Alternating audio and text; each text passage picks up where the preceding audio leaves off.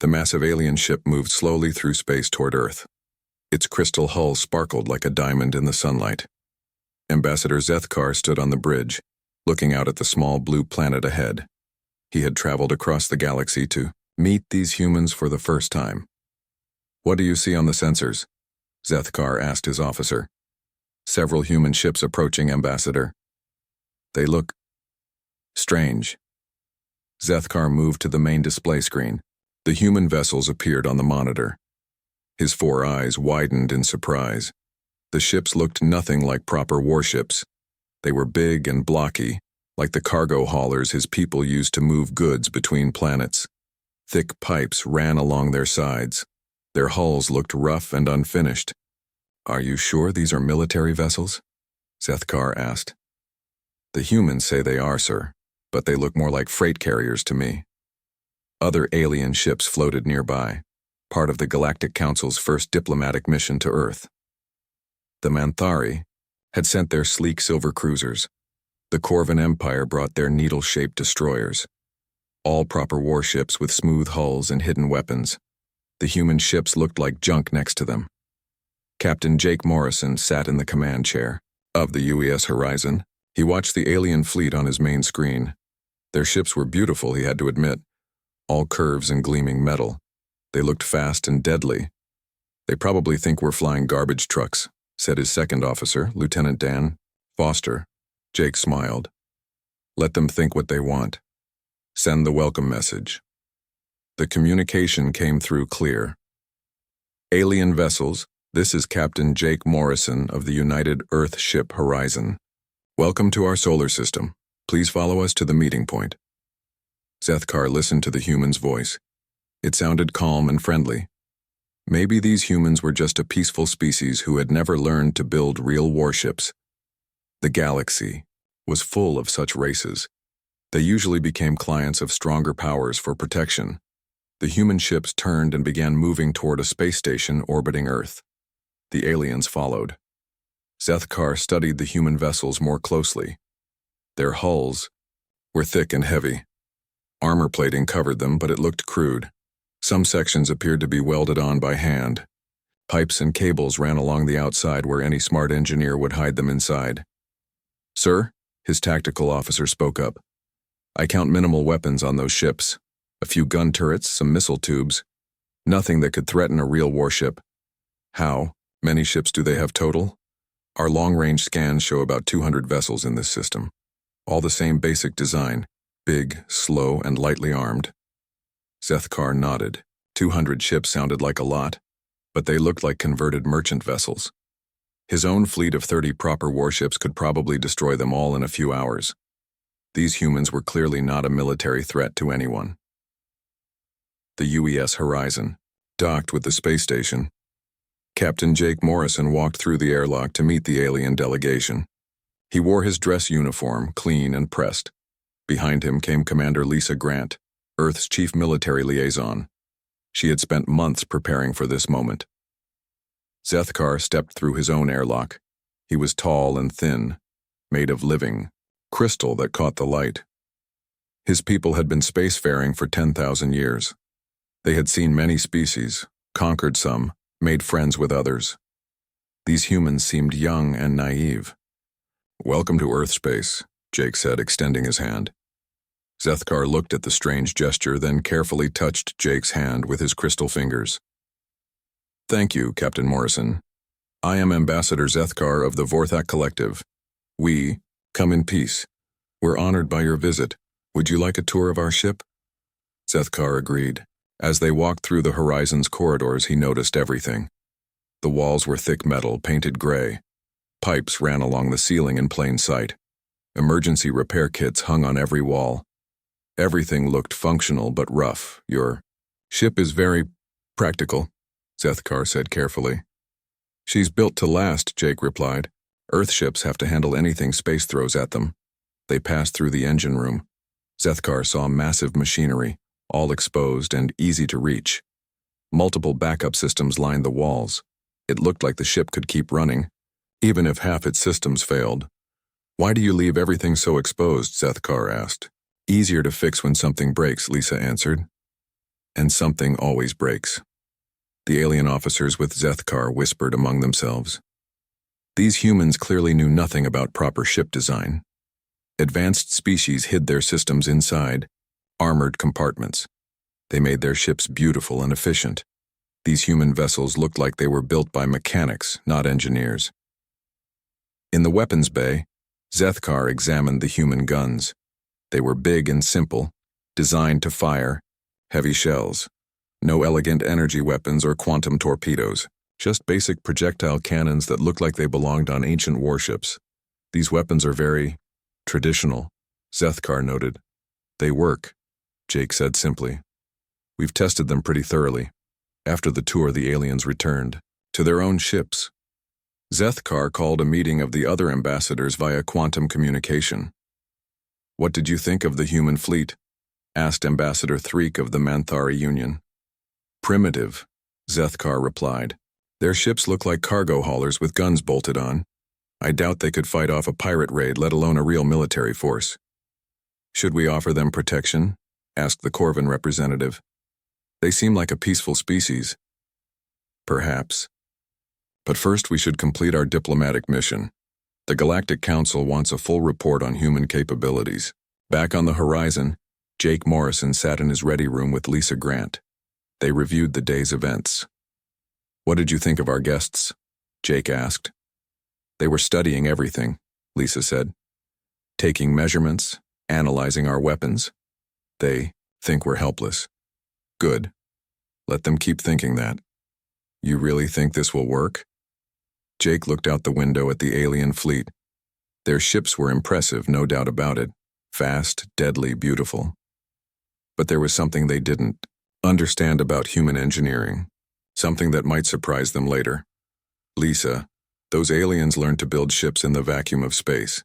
Clean, controlled environments. Perfect conditions. And we learned to build them on Earth's oceans. Exactly. Storms, ice, crushing depths, salt water eating through metal. Earth tried to kill every ship we ever put in the water. We learned to build ships that refused to die. Lisa nodded. The aliens saw crude, ugly vessels. They couldn't see the decades of experience behind every design choice, the redundant systems, the modular construction, the ability to take incredible damage and keep fighting. Think they'll report us as harmless? She asked. I'm counting on it, Jake said. The galaxy is about to learn something about Earth engineering, but hopefully, not until we're ready to teach them. Outside, the alien ships prepared to leave. They would carry word back to the Galactic Council about the primitive human fleet. Earth appeared to pose no threat to anyone. It was the assessment that would prove very wrong in the months to come. 6 months passed after the first alien visit to Earth. The Galactic Council had received reports about the human fleet. Most species agreed that Earth posed no military threat. Their ships looked like cargo haulers with weapons added as an afterthought. The humans seemed peaceful and backward. This news reached the ears of General Crixth of the Zephyrian Empire. He commanded the most feared fleet in the galaxy. His people were warriors, born to fight and conquer. They moved like lightning through space, striking fast and hard before their enemies could react. General Crixth stood 8 feet tall on 6 powerful legs. His body was covered in black armor that gleamed like metal. 4 arms ended in razor-sharp claws. His species had conquered 47 worlds in the last century. They were always looking for their next target. Show me these humans again, he ordered his intelligence officer. The holographic display showed images of Earth's fleet. The blocky, industrial-looking ships appeared on screen. Crixth studied them with his compound eyes. He had seen cargo vessels that looked more dangerous than these ships. How many vessels do they have, he asked. About 200 in their home system, General. All the same basic design. Large, slow, and poorly armed. Crixth clicked his mandibles, in amusement. And the Galactic Council considers them worthy of membership? The humans have some interesting technology, sir. But their military is clearly weak. Perfect. We need another easy conquest to keep our warriors sharp. Send the ultimatum. Fleet. 3 days later, alarms rang throughout Earth's solar system. Long-range sensors detected a massive alien fleet approaching. These ships looked nothing like the elegant vessels of the Galactic Council. They were dark and angular, built for war. Admiral Susan Clark received the alert in her office on Luna Base. She was a small woman with gray hair and sharp eyes. She had commanded Earth's fleet for 15 years, ever since the first deep space missions began. "How many ships?" she asked her aide. 150, Admiral. All heavy cruisers and destroyers. They're flying in perfect formation. Susan studied the sensor readings. The alien ships were fast, probably twice as quick as Earth vessels. They had advanced weapons and energy shields. On paper, they outclassed human ships in every category. Send the alert to all fleet commanders. Full battle stations. The alien fleet stopped at the edge of Earth's solar system. A transmission came through on all frequencies. General Krikst appeared on every screen across the system. His insect-like face filled the monitors. "Humans of Earth." His voice buzzed. With electronic translation. "I am General Krikst of the Zephyrian Empire. Your species is weak. Your ships are pathetic. You have 72 hours to surrender your system to our rule." The transmission continued. "If you submit now, we will allow you to live as our workers. If you resist, we will destroy every ship and orbital station. You cannot win against us. Choose wisely." The message ended. Throughout Earth's fleet, captains and crews watched the recording again. The alien general seemed confident. His ships looked deadly, but no one talked about surrender. Captain Pete Rodriguez commanded the UES Liberty, one of Earth's newer vessels. He gathered his senior officers in the briefing room. The ship looked the same as all human vessels. Thick hull, exposed pipes, welded armor plates. "What do we know about these Zephyrians?" he asked. Commander Amy Foster checked her data pad. "Fast attackers, sir. They use hit-and-run tactics. Strike hard, move away, strike again. Most species can't keep up with their speed." "How do they usually win battles?" "They overwhelm enemy ships before they can react properly. Their weapons are designed to punch through armor quickly. Most galactic fleets try to match their speed and maneuver with them." Pete nodded. "And that doesn't work?" "No, sir. The Zephyrians are just too fast. They dance around enemy ships and pick them apart. Good thing we're not most fleets." Back on Luna Base, Admiral Clark met with Earth's Defense Council. The politicians looked worried. The military officers seemed calm. They had been preparing for this day since first contact with alien species. "Can we win?" asked the Secretary of Defense. "That depends on what you mean by winning," Clark replied. "Can we protect Earth? Yes. Can we do it without taking heavy losses? Probably not. Our ships are so much slower than theirs. Speed isn't everything in space combat. The Zephyrians learned to fight in open space where speed matters most. We learned to fight in conditions where survival matters more." Commander Lisa Grant spoke up from her chair. "Admiral, the Galactic Council is offering to help. They can send a fleet to assist us." "How many ships?" 50 vessels. Mixed types from different species." Clark shook her head. "Tell them thanks, but no. Their ships aren't built for the kind of fight this will be. They'll just get in our way." "Are you sure we can handle this alone?" "Lisa, those Zephyrians have never fought ships like ours. They expect to face vessels built for speed and elegance. They're going to get something very different." The ultimatum timer continued counting down. Across Earth's system, human ships moved into defensive positions. They didn't try to hide or run. Instead, they formed a wall between the aliens and Earth. The Zephyrian fleet watched these movements with amusement. The human ships moved like old cargo haulers, slow and clumsy. They spread out in a wide line, making themselves easy targets. It looked like the humans planned to fight a traditional battle. "They're making this too easy," General Krikst told his officers. "Our scouts report the human vessels are even uglier up close. Exposed systems, crude weapons, basic armor. This will be over in an hour. Should we offer them another chance to surrender, General?" "No. Let them die with their pride intact. It will make a good example for other species who think about resisting us." The Zephyrian ships began their approach. They moved in perfect formation like a school of deadly fish swimming through space. Their hulls gleamed with energy shields. Weapon ports glowed with power. Captain Danny Hayes stood on the bridge of the UES Thunder. His ship was one of the oldest in the fleet, built 20 years ago in Earth's orbital shipyards. The hull showed wear from years of service. Patches covered old meteor damage, but the engines ran strong and the weapons were ready. "Sir, the aliens are moving into attack formation," his tactical officer reported. "Let them come. All hands. This is the captain. Battle stations. Remember your training." We faced worse storms than this. Throughout the human fleet, similar announcements echoed. Crews took their positions. Damage control teams prepared their equipment. Engineers checked backup systems. Everyone knew what was coming. The Zephyrians saw the human preparations and laughed. These primitive ships had no idea what real space combat looked like. They were about to learn why the Zephyrian Empire ruled this part of the galaxy. But deep in their cargo ship hearts, the human vessels carried secrets the aliens couldn't imagine. Secrets learned in Earth's brutal oceans, where storms could break any ship that wasn't built to endure. The galaxy was about to discover what happened when unstoppable force met truly immovable objects. The timer reached 0. The battle for Earth was about to begin. The Zephyrian fleet struck like a swarm of angry wasps. Their ships moved faster than anything the galaxy had ever seen. They darted between the slow human vessels, firing energy beams and quantum torpedoes.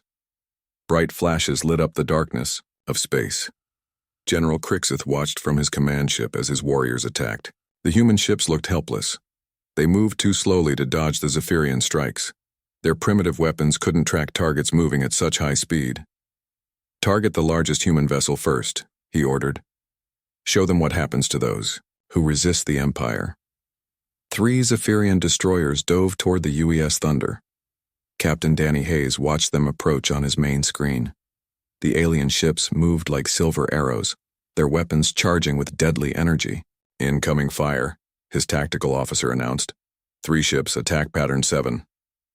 "Hold course," Danny said calmly. "Let them come." The Zephyrian ships opened fire.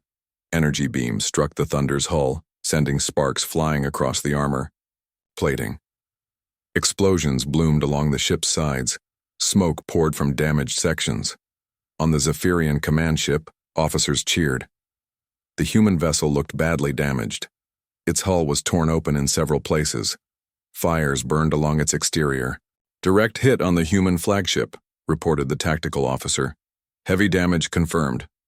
"Excellent. Continue the attack. Finish them quickly." But something strange happened. The Thunder kept fighting. Despite the apparent damage, its weapons continued firing. Heavy projectile cannons sent streams of metal shells toward the attacking Zephyrians. Captain Pete Rodriguez watched the battle from the UES Liberty. His ship was taking hits too, but not as many as the Thunder. The Zephyrians seemed focused on the larger vessels first. "Sir, the Thunder is reporting damage to outer hull sections," his communications officer said. "What about their main systems?" "All operational, sir. Captain Hayes says they're running at full power." Pete smiled. The aliens didn't understand what they were seeing. What looked like catastrophic damage was actually surface scarring. The Thunder's real armor lay much deeper. The Zephyrian ships pressed their attack. They moved in perfect formation, striking and withdrawing before the human guns could target them. It was a dance they had performed on dozens of worlds. Fast, elegant, and deadly. But the human ships weren't dancing. They held their positions like floating fortresses. Their thick hulls absorbed punishment that would have destroyed any other vessels in the galaxy. When Zephyrian weapons punched through the outer armor, they found more armor underneath. Commander Amy Foster stood on the bridge of the UES Defiance. Her ship was smaller than the Thunder, but built with the same philosophy. Multiple Zephyrian fighters buzzed around her vessel like mosquitoes, firing constantly. "Hull breach on Deck 7, her damage control chief reported. "Seal it and keep fighting," Amy ordered. The Defiance shuddered under another hit. A Zephyrian torpedo struck near the engine section. The explosion tore away several armor plates, but the engines kept running. Emergency teams rushed to repair the damage while the battle raged around them. On his command ship, General Crixth began to feel confused. His fleet had been attacking for 30 minutes. By now, most enemy fleets would be broken and fleeing. But the human ships kept fighting. "Status report," he demanded. "Sir, we've scored hits on every human vessel. Many show severe damage, but none have been destroyed." "What do you mean, none destroyed?" "The human ships are still operational, General. Their weapons are still firing. Some look badly damaged, but continue to fight." Crixeth studied the battle display. Human ships showed signs of damage across their hulls. Armor was torn away, revealing internal structure. But they maintained formation and kept shooting back. "These ships should be dead," he muttered. The UES Horizon took a direct hit from 3 Zephyrian cruisers. The explosion ripped away a section of hull the size of a city block. Debris scattered into space. Any normal warship would have broken in half. Captain Jake Morrison felt his ship shake violently. Lights flickered on the bridge, but the artificial gravity held steady. The life support systems continued working. "Damage report," he called out. "We lost section 4 through 7 on the port side," his engineer replied over the comm. "But the blast doors held. Main systems are still operational." "Good. Keep firing." The Horizon's main guns swiveled toward the nearest Zephyrian ship. The massive cannons fired shells the size of small vehicles. They moved slowly compared to energy weapons, but when they hit hard. A Zephyrian destroyer took a direct hit from the Horizon's guns. The alien ship's elegant hull cracked like an eggshell. Its energy shields flickered and failed. The vessel began to tumble, leaking atmosphere and sparks. "Impossible," General Crixeth said. "Our shields should stop those primitive projectiles." "Sir, the human weapons are much more powerful than we calculated. They're firing solid metal at incredible velocity. How can such crude weapons penetrate our defenses?" The answer was simple physics. The human ships used magnetic acceleration to fire shells at nearly the speed of light. Energy shields were designed to deflect energy beams, not solid matter moving that fast. More Zephyrian ships began taking damage. The human vessels might be slow, but their weapons hit like hammers.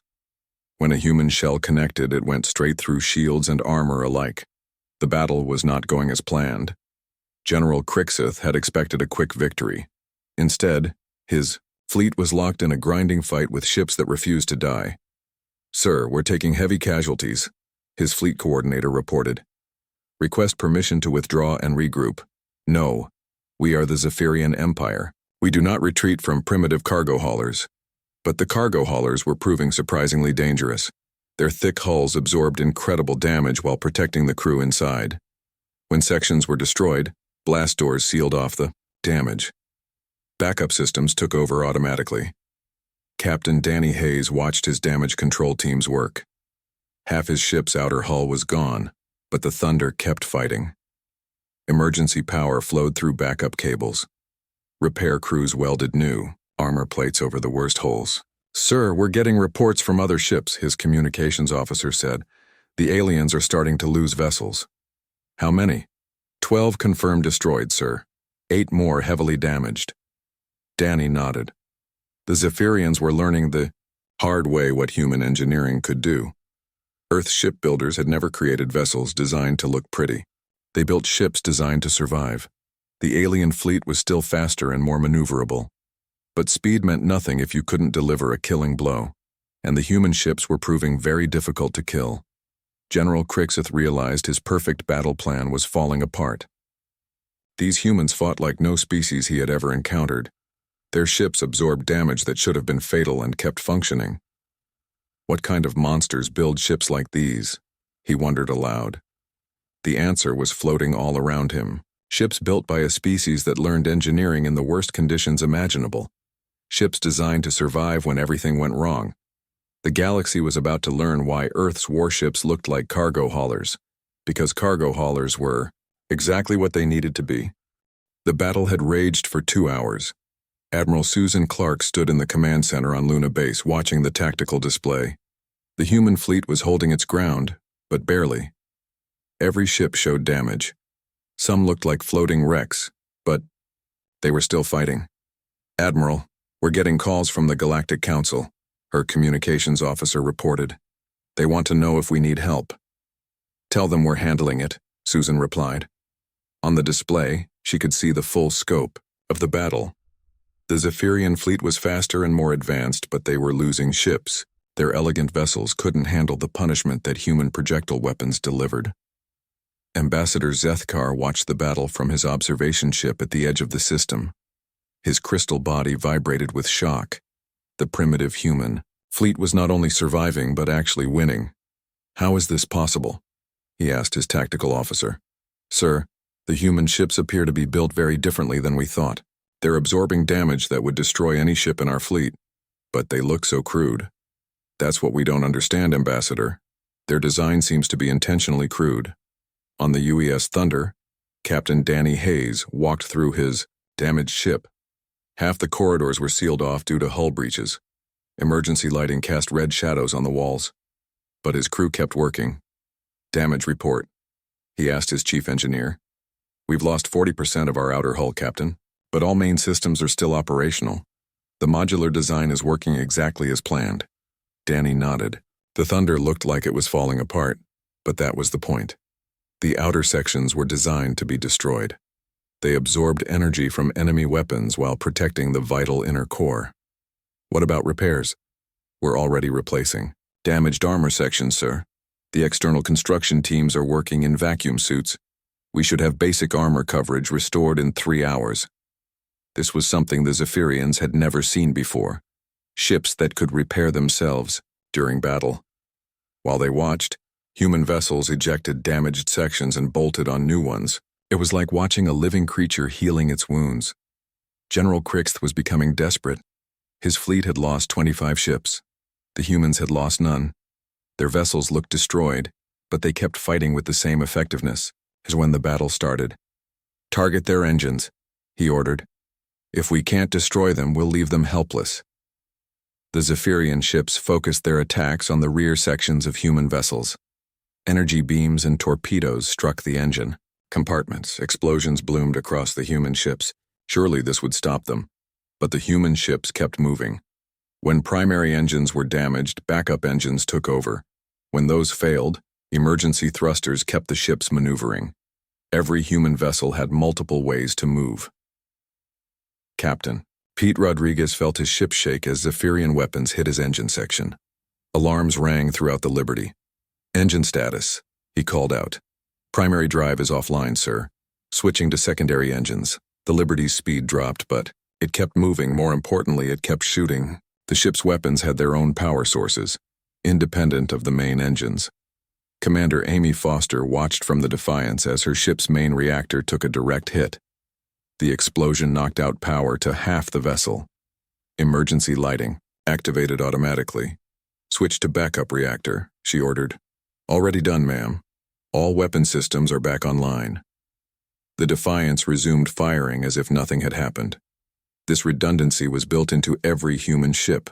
If one system failed, 2 more took its place. Earth's engineers had learned this lesson in the harsh oceans of their home world. Admiral Clark decided it was time to explain what the galaxy was witnessing. She opened a communication channel to all ships in the battle zone, including the Zephyrian fleet. This is Admiral Susan Clark of the United Earth Fleet. I want to explain something to our alien observers. General Krixth received the transmission. He was curious what these stubborn humans would say. You're wondering why our ships look like cargo haulers, Admiral Clark continued. The answer is simple. They are cargo haulers. Or rather, they're built using the same principles. On his command ship, General Krixth listened with growing confusion. Earth is a water world, Clark explained. For thousands of years, we built ships to survive in oceans, storms that could sink any vessel, waves tall as mountains, ice that could crush steel. Our ships had to be tough. The transmission continued to reach every vessel in the system. We learned to build ships with thick hulls and multiple backup systems, ships that could take damage and keep working, ships that could be repaired while still sailing. Ambassador Zethkar understood immediately. They learned shipbuilding in a hostile environment. When we went to space, we used the same methods, Clark said. Other species learned to build ships in the safety of space, clean, controlled conditions. They made their ships fast and beautiful. Captain Jake Morrison added his voice to the transmission. We made our ships to survive when everything went wrong. Because on Earth's oceans something always went wrong. The Zephyrian fleet began to understand what they were fighting. These weren't primitive warships. They were the products of 10,000 years of engineering in the worst conditions imaginable. Every human ship has multiple hulls, Clark explained. When the outer hull is destroyed, the inner hull keeps the ship alive. Every system has a backup. Every weapon has its own power source. Every section can be sealed off and repaired. Lieutenant Commander Amy Foster demonstrated this by ordering her ship to jettison a damaged section. The Defiance literally shed, part of itself like a lizard dropping its tail. The abandoned section drifted away while the ship continued fighting. You see ships that look broken, Clark said. We see ships that are working exactly as designed. General Crixth finally realized the truth. He wasn't fighting cargo ships with weapons. He was fighting warships designed by a species that had learned to build in hell. The Zephyrian ships were built for speed and elegance. When they took damage, they failed catastrophically. The human ships were built to absorb punishment and keep fighting. When they took damage, they adapted and continued. Sir, his tactical officer reported, we've lost 37 ships. The humans have lost 0. How many human ships are still operational? All of them, sir. Even the ones that look completely destroyed are still firing weapons. General Crixth stared at the tactical display. Half the human fleet looked like floating scrap metal. But every single ship was still in the fight. Their weapons still fired. Their engines still ran. Their crews still fought. He was beginning to understand why these humans had been accepted into the Galactic Council. Not because they were advanced, but because they were unstoppable. Sir, should we continue the attack? General Crixth looked at his remaining fleet. 70 ships against 200 vessels that refused to die. The mathematics were becoming very clear. The galaxy was about to learn a new lesson about warfare. Pretty ships might win battles, but ugly ships that wouldn't quit won wars. The tide of battle turned completely in the 4th hour. General Crixth watched his fleet crumble as more Zephyrian ships fell to human weapons. The elegant alien vessels broke apart when hit, while the ugly human ships just kept absorbing damage and fighting back. Sir, we've lost half our fleet, his tactical officer reported with fear in his voice. How many human ships have we destroyed? None, sir. 0 confirmed kills. General Crixth couldn't believe it. His empire had conquered 47 worlds using these same tactics. Fast strikes, overwhelming firepower, quick victories. But these, humans fought like nothing he had ever seen. Captain Steve Murphy commanded the UES Resilient, one of the older ships in Earth's fleet. His vessel had taken so much damage that it barely looked like a ship anymore. Whole sections had been blown away, cables and pipes hung in space like mechanical intestines, but the Resilient kept fighting. Sir, we've lost the forward section completely, his engineer reported, but the aft weapons are still operational. Good. Keep shooting. The ship's rear half continued firing its massive guns. When the front section was destroyed, the back section sealed itself off and operated independently. This was exactly what human engineers had planned for. Ambassador Zethkar watched in amazement as human ships literally fell apart and continued fighting. The UES Defender split into 3 separate pieces during one attack. Each piece kept fighting, on its own. The sections worked together like a pack of wolves. This is impossible, he whispered to himself. Ambassador, his tactical officer said, the human ships appear to be designed to break apart. Each section has its own power, weapons, and life support. They built their ships to be destroyed? No, sir. They built them to keep fighting even when destroyed. This was the ultimate expression of human engineering philosophy. When everything went wrong, the ship kept working. When the ship was torn in half, both halves kept working. When individual sections were blown off, they became independent fighting units. General Crixth realized his fleet was doomed. He had brought 150 ships to conquer Earth. Now he had less than 60 left. The humans still had all 200 of their vessels, even if most looked like floating scrapyards. General, his communications officer spoke up, we're receiving a transmission from the human fleet. Put it through. Admiral Clark's voice filled the Zephyrian command ship. General Crixeth, this is Admiral Susan Clark. I'm offering you one chance to withdraw your fleet and leave our system. You dare offer terms to the Zephyrian Empire? I'm trying to save lives, General. Your lives. You can't win this battle. General. Crixeth looked at his tactical display. The human admiral was right. His remaining ships were outnumbered and outgunned. Worse, they were fighting an enemy that simply wouldn't die. Your ships look destroyed, he said. They look exactly how they're supposed to look, Clark replied. Human ships aren't built to look pretty, General. They're built to win. Captain Danny Hayes proved this point by ordering his ship to demonstrate human engineering. The Thunderboss had lost most of its outer hull. It looked like a skeleton wrapped in metal bones, but every system still worked. Fire all weapons, he ordered. The Thunder's guns blazed with full power. Missiles launched from hidden tubes. The ship that looked dead proved very much alive. Its weapons hit 2 Zephyrian cruisers, sending them spinning into space. Commander, Amy Foster took her turn to show what human ships could do. The Defiance had been broken into 2 main sections during the battle. Instead of dying, both sections fought independently. This is Defiance forward to Defiance aft, she radioed to her own ship's rear section. Coordinate fire on target 7. Acknowledged. Defiance forward. Beginning attack run. The 2 halves of the same ship attacked a Zephyrian destroyer from different angles. The alien vessel couldn't defend against attacks from multiple directions. It exploded in a ball of fire. The remaining Zephyrian ships began to panic.